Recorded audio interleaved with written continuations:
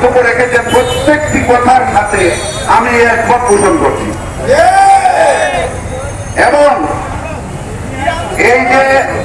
এই যে আন্দোলনটি শুরু হয়েছে, সিলেটের বৃহত্তর সিলেটে 19 জন জনপ্রতিনিধি রয়েছেন, তাদের কি কানে যায় না? সিলেটবাসীর প্রতিটি ঘরে ঘরে এই আন্দোলনটা গড়ে উঠেছে।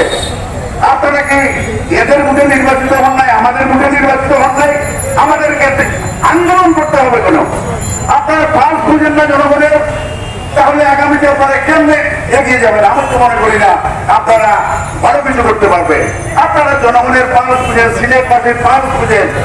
সিলেটবাসী চাচ্ছে, সরোর আলমে চাচ্ছে না, চাচ্ছে তার নীতি আদর্শকে। একজন সব শিখে যাচ্ছে। দীর্ঘদিন থেকে প্রায় 55 বছর হয়েছে বাংলাদেশ স্বাধীন হয়েছে, একটা দিনও আমরা দেখি নাই কোনো ডিসির জন্য কোনো জনগণকে আন্দোলন করতে। কিন্তু এই প্রথম, এটা তো আপনারা দেখছেন এবং জানেন, সবাই একমত আশা করি এই কথায়, সবাই একমত। কেন? উনি সবভাবে এই যে দুর্নীতি করে হযরত শাহজালাল এবং শাহজালালের মাজারে লক্ষ লক্ষ কোটি টাকা দুর্নীতি হয়ে চলে যাচ্ছে, কোনো উন্নয়ন কর্মকাণ্ডে লাগছে না, তারা এটাকে ভাগ বন্টন করে দুর্নীতিবাদরা নিয়ে যাচ্ছে। এর প্রতিবাদে সিলেটে, বৃহত্তর সিলেটের মানুষ জেগে উঠেছে। আমরা সবাই এর ব্যাপারে এক, তাতে কোনো ছাড় দেওয়া হবে না। আগামী 24 ঘন্টার ভিতরে এই সমাবেশ থেকে আমি বলছি, ডিসি আলম সাহেবকে তার পদে পুনর্বহাল করতে হবে, সেই দাবি আমি জানাচ্ছি আপনাদের সকলের মাধ্যমে। এবং এই যে আমরা 3টে ব্যানার নিয়ে দাঁড়িয়ে, আর যারা সাংবাদিক সহ, যারা পুলিশ কর্মকর্তা সহ যারা উপস্থিত হয়েছেন, সকলের এই দাবিতে আপনারা একমত পোষণ করেন। মন্ত্রী রয়েছেন সিলেটে, এমপি রয়েছেন, আমাদের সরকার রয়েছে। সিলেট বাদ দিয়ে কোনো কিছু হবে না। এই দেশে যখন নির্বাচন শুরু হয়, প্রথমেই সিলেটের হযরত শাহজালাল এবং হযরত শাহজালালের মাথাকে জিয়ারত করে তারপরে শুরু করে। এই পুণ্যের কাজটুকু আপনারা করেন এইখান থেকে। আমরাও কোনো বড় কিছু করলে আমরা সিলেটবাসী হয়ে এটা করি এবং সবাই এর মধ্যে আমরা করে থাকি। এটাকে আপনারা ছোট করবেন না।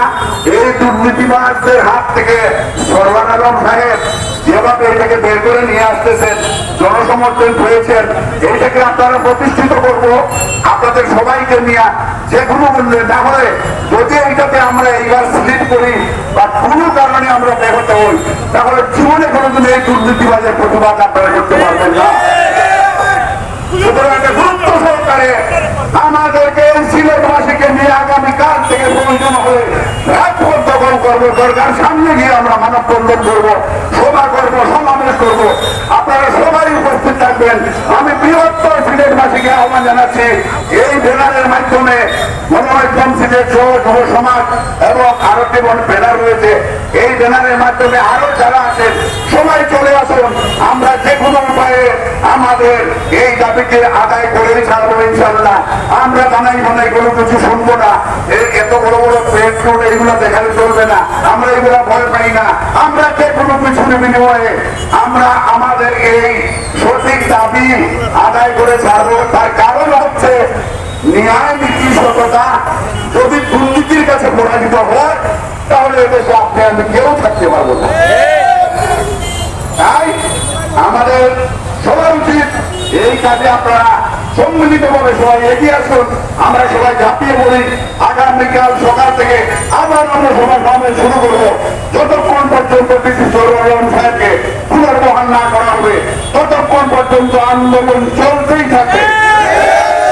সকলকে উপস্থিত ধন্যবাদ জানিয়ে আমি সকলকে সালাম জানিয়ে যেখান থেকে দেখছেন এবং সকল চ্যানেল টিভি সাংবাদিক সহ উপস্থিত সকলকে আমি সালাম জানিয়ে বক্তব্য শেষ করছি। আল্লাহ হাফেজ। ধন্যবাদ সকলকে।